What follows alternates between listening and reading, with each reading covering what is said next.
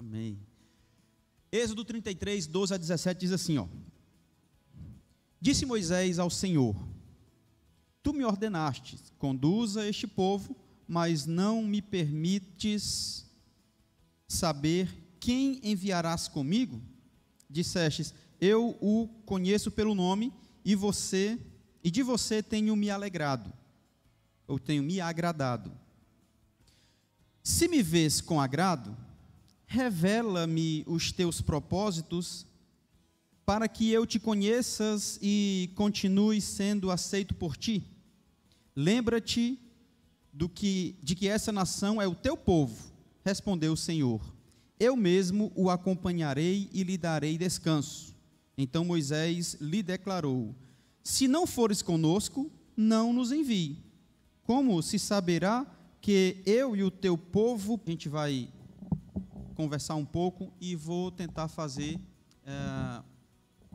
mostrar aqui o contexto disso para a gente desenvolver a nossa mensagem. Pai querido e amado, muito obrigado, Senhor, pela Tua palavra revelada, pela Tua palavra exposta. Pedimos que o nosso coração recepcione os Teus ensinamentos. Pedimos, ó Deus, que o nosso ser consiga ser conduzido pelo Teu Espírito Santo, e que possamos assimilar tudo aquilo que o Senhor preparou para cada um de nós nesta noite. Amém. Vamos lá, o povo está diante do monte. No capítulo 32, Moisés sobe para ouvir Deus falar, e aí o povo que fica lá por baixo começa a falar: Ei, Arão, Moisés está demorando demais, tu não acha não? Ao Arão: Rapaz, sabe o que é mesmo? Me dá aí os enfeites de vocês, tudo que foi de ouro, brinco e tal, e fez um bezerro de ouro. Deus chega aqui no início do capítulo 33 e fala assim: Olha, eu não vou mais com esse povo não, Moisés. Eu prometo. Deus fala para ele: Tudo bem, eu vou contigo. Aí Moisés fala assim: Mesmo assim, ainda não está legal, porque ir comigo é diferente de ir com o teu povo, e o povo é teu, Senhor. Mas na frente de Deus vai falar: realmente eu farei conforme tu está me pedindo.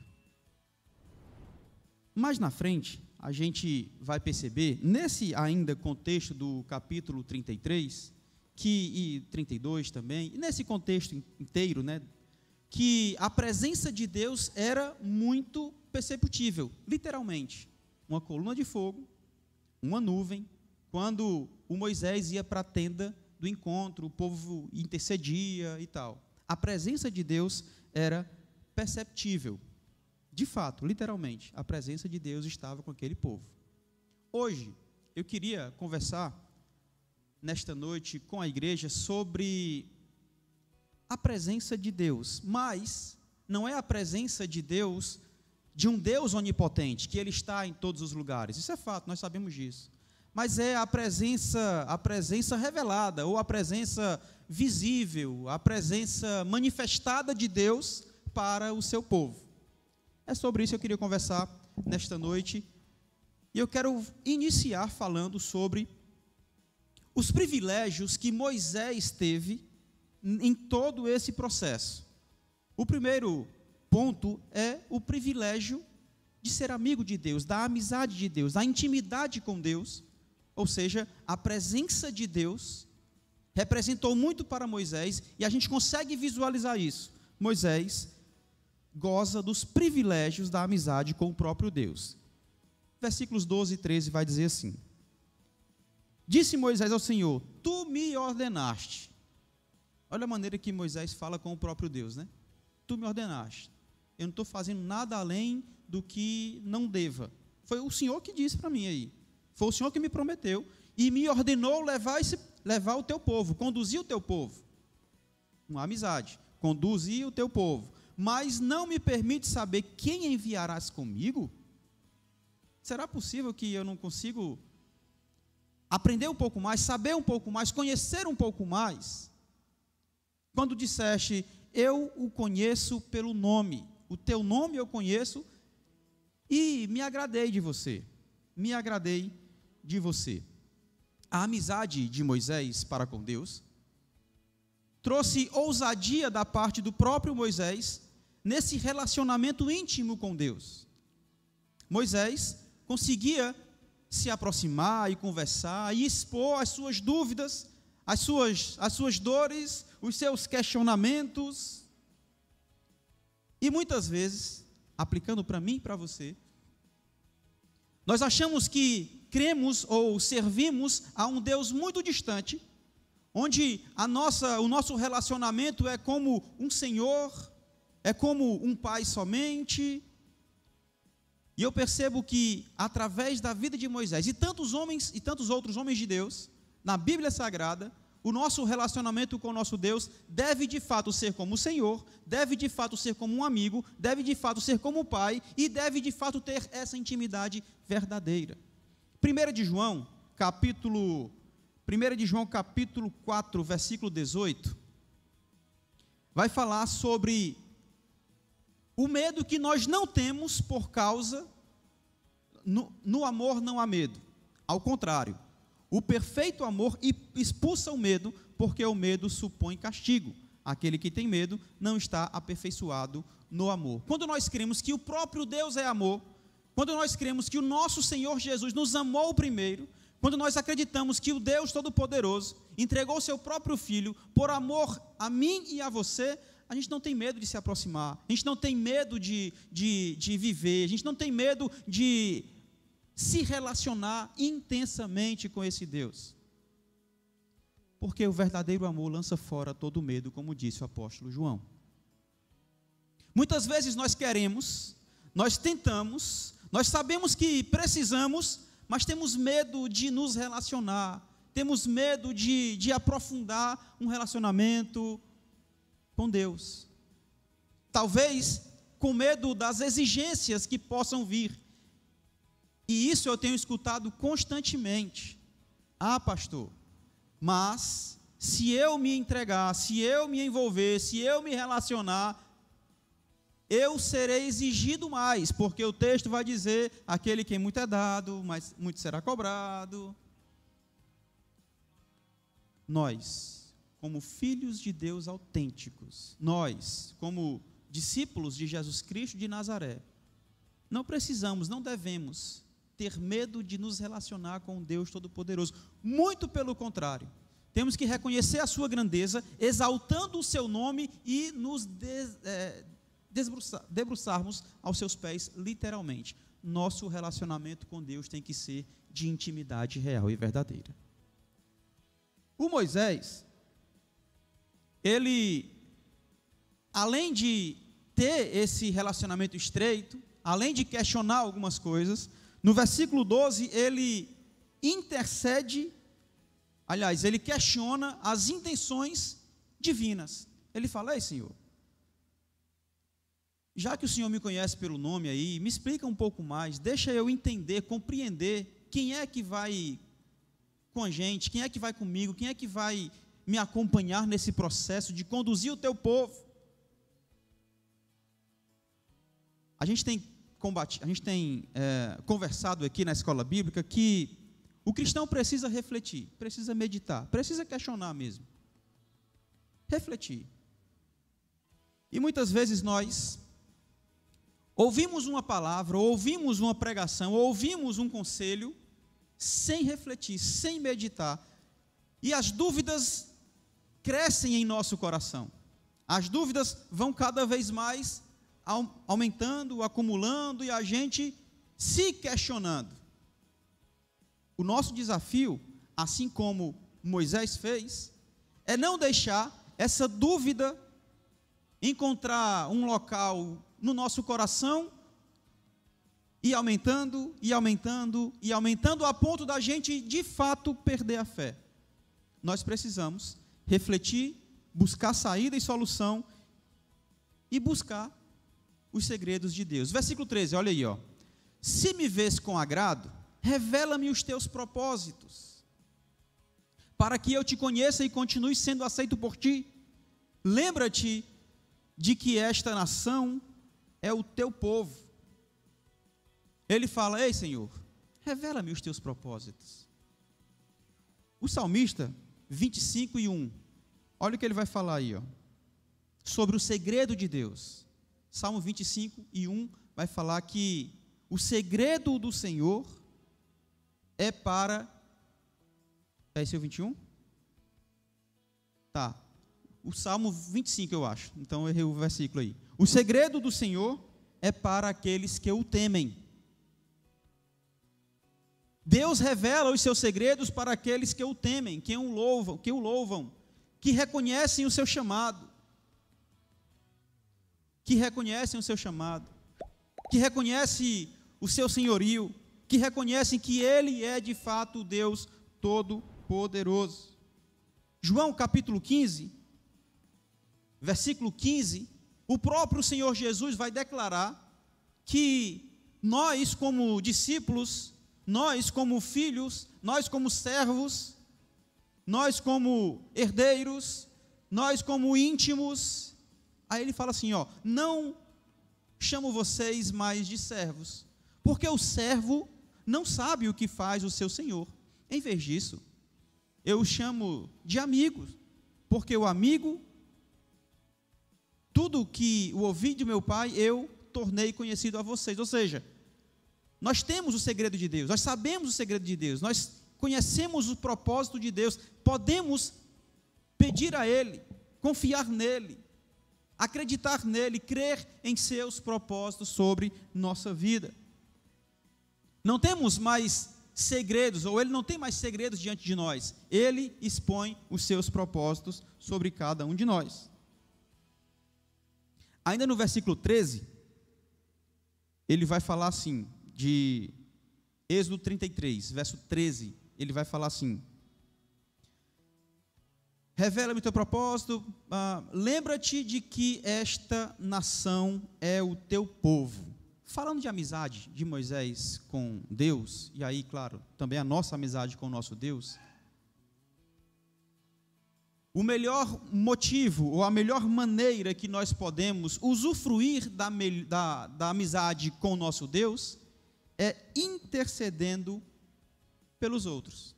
O Moisés aqui poderia pedir para si, o Moisés aqui poderia estar satisfeito com a promessa de Deus, falou, olha, eu vou contigo, eu te acompanharei, mas ele não se satisfez, ele falou, não, Senhor, calma aí, essa nação é o teu povo, ele intercede pelos outros, gozando de uma amizade com o Deus Todo-Poderoso. Eu e você, como amigos de Deus, também precisamos suplicar pelas outras pessoas, interceder pelas outras pessoas, admoestar os outros, encorajar os outros, chamar para perto, considerar próximo. A melhor maneira de nós gozarmos da amizade com o nosso Deus é suplicando ao Deus que considere os nossos irmãos e irmãs, que Ele próprio escolheu, que Ele próprio redimiu.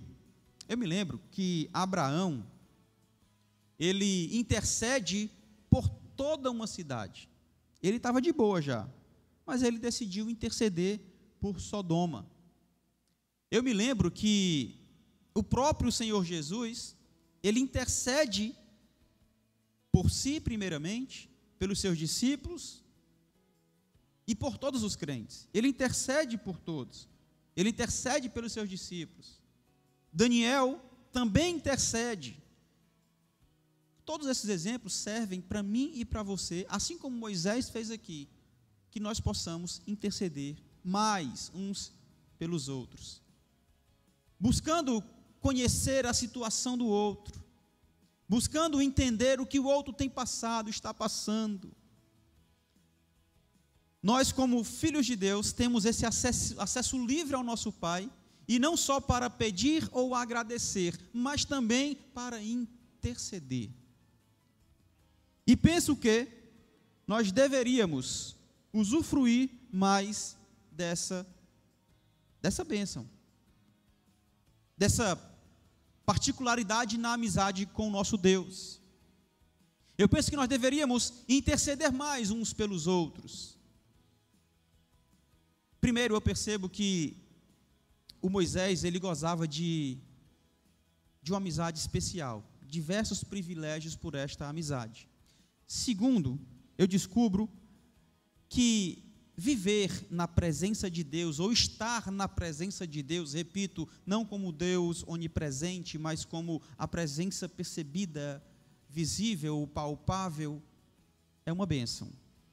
É uma bênção viver na presença de Deus. Olha o que diz os versos 14 e 15. Versículo 14, versículo 15 de Êxodo 33. Respondeu o Senhor: eu mesmo acompanharei e lhe darei descanso. Então Moisés lhe declarou: se não fores conosco, não nos envie.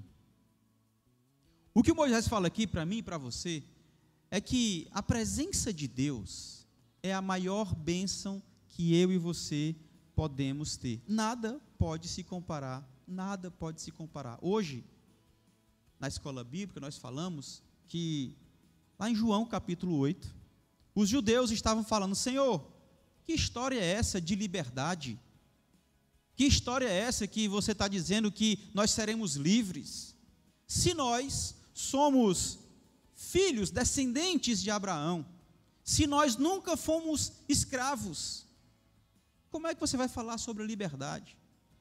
Aí Cristo pega todo esse cenário, leva para a história lá em Gênesis, a história de Isaac e Ismael, e ele começa a fazer um paralelo entre o argumento dos judeus e a justificativa do Mestre Jesus. E ele, em resumo, vai dizer: a tradição religiosa, a cultura, o tempo de crente,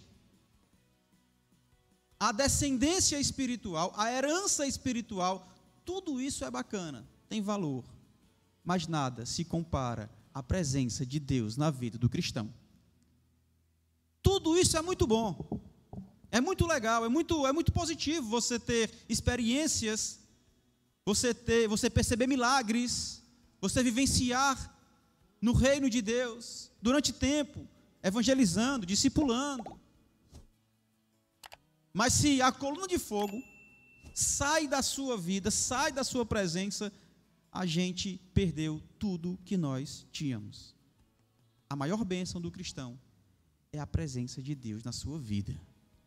A maior bênção do Filho de Deus é poder perceber que estamos diante do Deus eterno. Versículo 14, ele vai dizer que eu mesmo acompanharei e lhe darei. Lê para a gente. Eu mesmo acompanharei e lhe darei.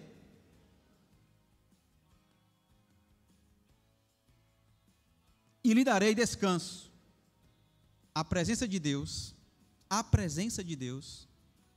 inevitavelmente, vai trazer descanso para os filhos de Deus. Inevitavelmente. Eu não estou dizendo que nós seremos isentos de dificuldades, de lutas. Eu não estou dizendo que nós seremos isentos de qualquer obstáculo. Tudo maravilhoso vai acontecer na minha vida. Não é isso que eu estou dizendo.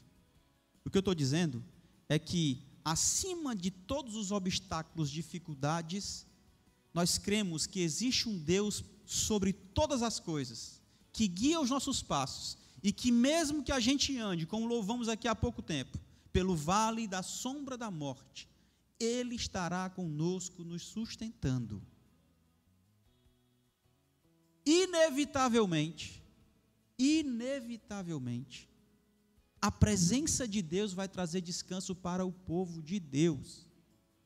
Pastor, mas está tudo desabando na minha vida.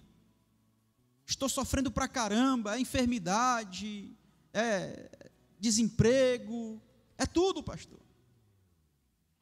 Ainda assim, existe um Deus sobre todas essas coisas.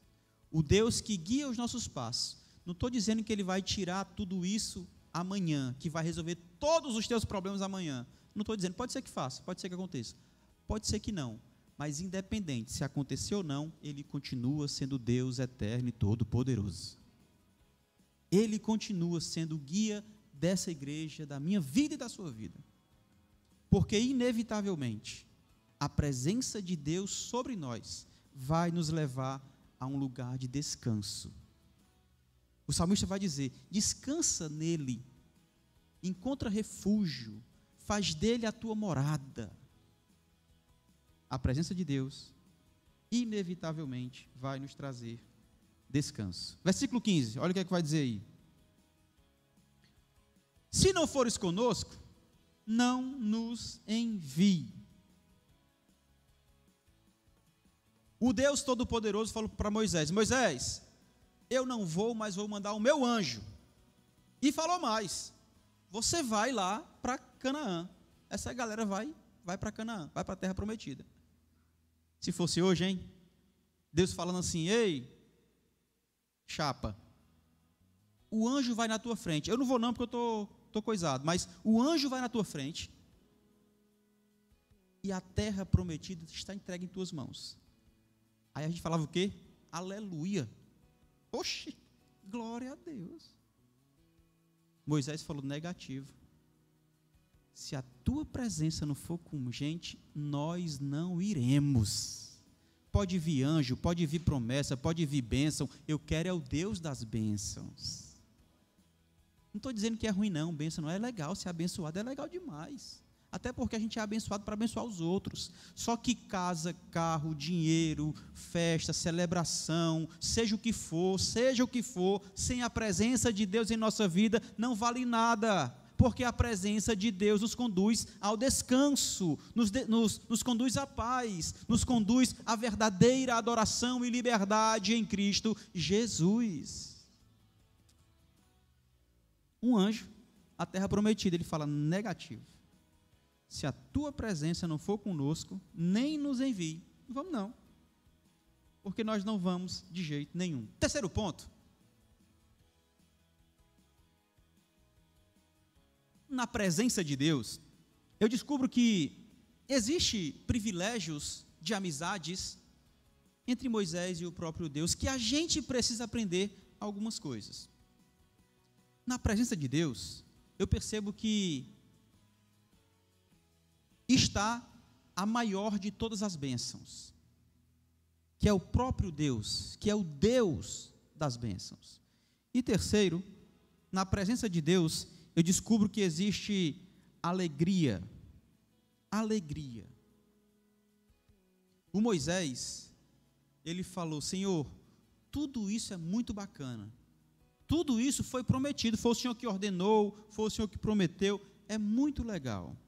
Mas nada vale se a tua presença não for com a gente.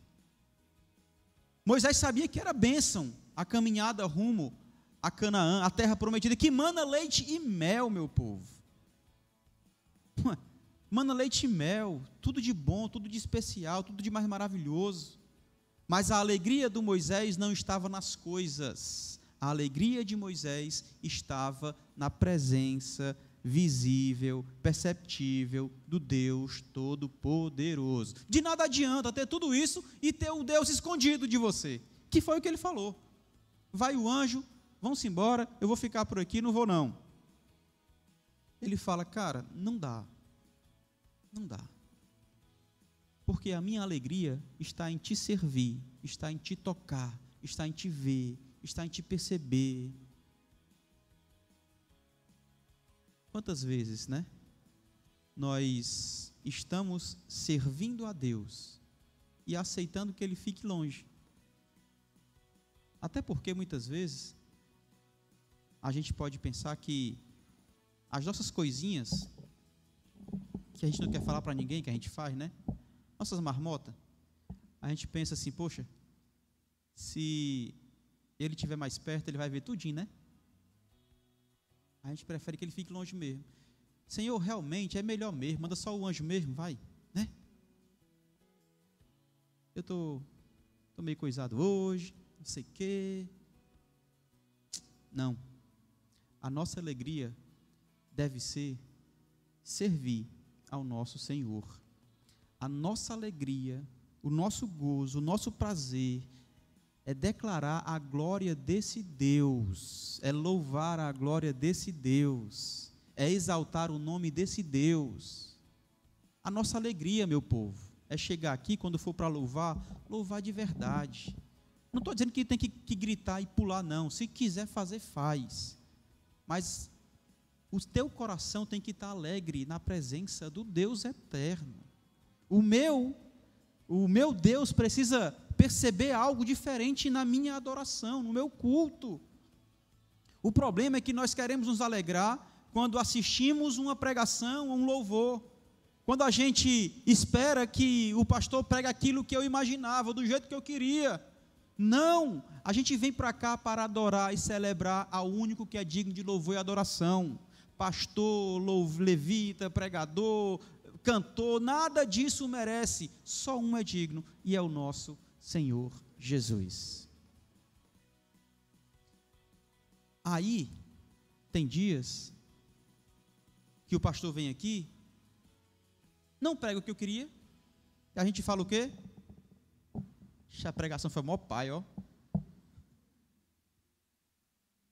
O louvor tocou, não me arrepiei, aí vi, rapaz, Deus não estava nesse negócio não, oxi. O cara louvou 3 músicas, eu não senti foi nada. E Deus sentiu, percebeu a tua adoração. Deus percebeu o quanto o teu coração está quebrantado diante dEle. Deus percebeu a tua alegria em celebrar, em exaltar, em glorificar o nome dEle. Só para desenhar, o culto tem como centro o Filho de Deus, e não o pastor, o pregador ou o cantor. A gente vem para cá para celebrar o nosso Rei da Glória. O nosso Rei da Glória. O nosso Rei da Glória. Quando eu tenho consciência do amor de Deus sobre nós, eu me alegro independente de qualquer coisa. Eu não estou dizendo que a gente tem que ser masoquista ou insensível, né? Está tudo desabando, eu não sinto nada, não estou dizendo isso. O que eu estou dizendo é que nós temos que encontrar segurança e confiança no nosso Senhor, alegria nele, porque Ele tem a alegria verdadeira. Ele é o nosso porto seguro, Ele é a nossa referência, Ele é a nossa referência, assim como a consciência da verdade, do poder e da promessa do nosso Deus. O quarto ponto, para a gente fechar,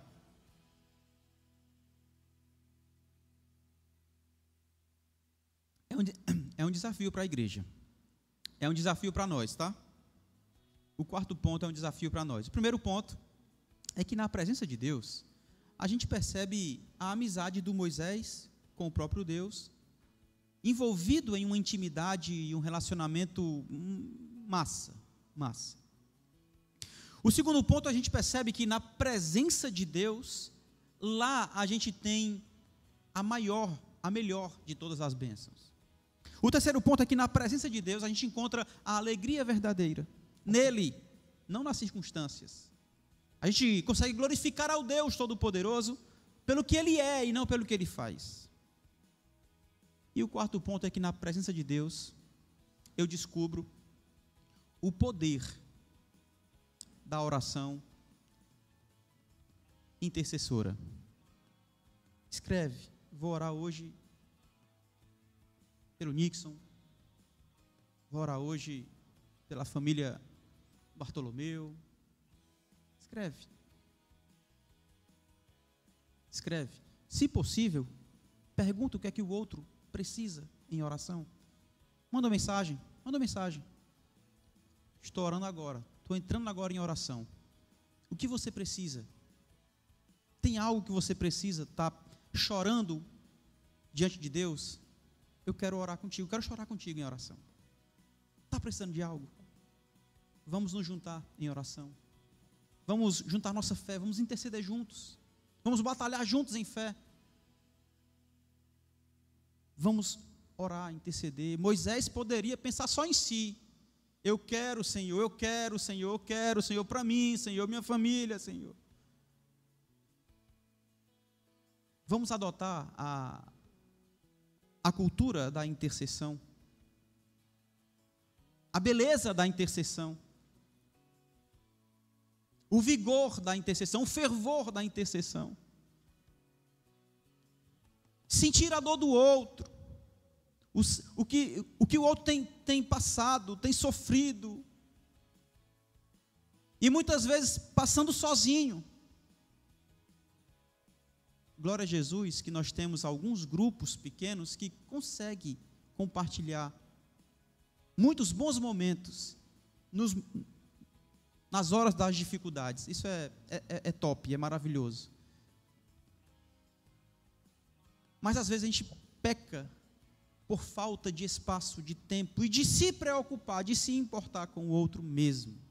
Eu queria desafiar essa igreja a adotarmos essa cultura de intercessão. Intercessão. Não sei, futuramente, um dia de consagração na igreja, enfim, mas no mínimo, vamos fazer isso? Manda uma mensagem para o irmão, para a irmã, perguntando se está precisando de algo, que você quer chorar com ele ou com ela em oração, que você deseja participar com ele e com ela, nesses momentos de angústia. E claro, né, você também se coloca, ou coloca a sua dúvida, a sua queixa, a sua dificuldade, compartilha. Isso que aconteceu aqui, antes da palavra, da pregação, a questão de alguém deseja orar por alguém, ou apresentar alguém, ou você precisa. Gente, ser cristão também é declarar: eu preciso de ajuda. Eu sou dependente do Deus eterno e a minha comunidade caminha junto comigo. Amém? Amém? Eu vou finalizar, e aí, da intercessão é justamente isso que o Moisés fez, tá? Ele poderia ter se escondido ali e aceitado as propostas de Deus, mas ele falou negativo. Senhor, versículo 17, quer dizer, versículo 16. Sei mais não, bota aí, esqueci, o 16. É porque eu enxergo mais ali do que aqui nessa Bíblia aqui. O 16, ó, como se saberá que eu e o teu povo, podemos contar com o teu favor, se não nos acompanhares? Senhor, dá não, Senhor. Tudo bem, vai um anjo, tudo bem, vai eu, tudo bem, vai Arão, mas olha o que foi que o Arão fez um dia desse, um capítulo anterior. Fez o povo se desviar, Senhor. Sem a tua presença, não dá. Que mais poderá distinguir, separar, fazer diferença entre mim, o teu povo e as outras nações? Que diferença vai ter se o Senhor não estiver com a gente? A diferença da igreja para o mundo é que o Deus está aqui. E se Deus é por nós, quem será contra nós? Descobrimos que na presença de Deus, quando ela é manifestada, quando ela é percebida, quando ela é palpável, nós temos o privilégio santo de uma amizade com o Deus Santo. Nós percebemos que temos um descanso em Deus, na sua promessa, na sua palavra e na sua presença. E descobrimos que temos alegria,